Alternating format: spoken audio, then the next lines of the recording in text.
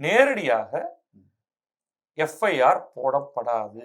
அதாவது காவல்துறையால வேற எந்த வெளியிலிருந்து ஒரு அழுத்தம் வந்தாலொழிய அவர்கள் இதை கண்டுகொள்ள மாட்டார்கள்.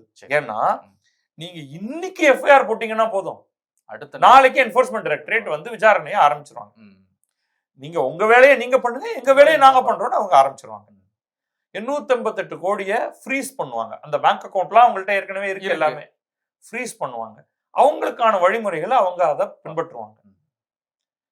ஆனால் காவல்துறை ஒன்றும் செய்யாது. நேரடியாக ஒன்றும் செய்யாது. ஒரு கோர்ட் தலையீடு வந்தால்தான் அடுத்த கட்டத்துக்கு இது நகரும். அப்ப இடி வந்து நெக்ஸ்டா நீதிமன்றத்தை, இடி நீதிமன்றத்துக்கு ஏன் போகணும்?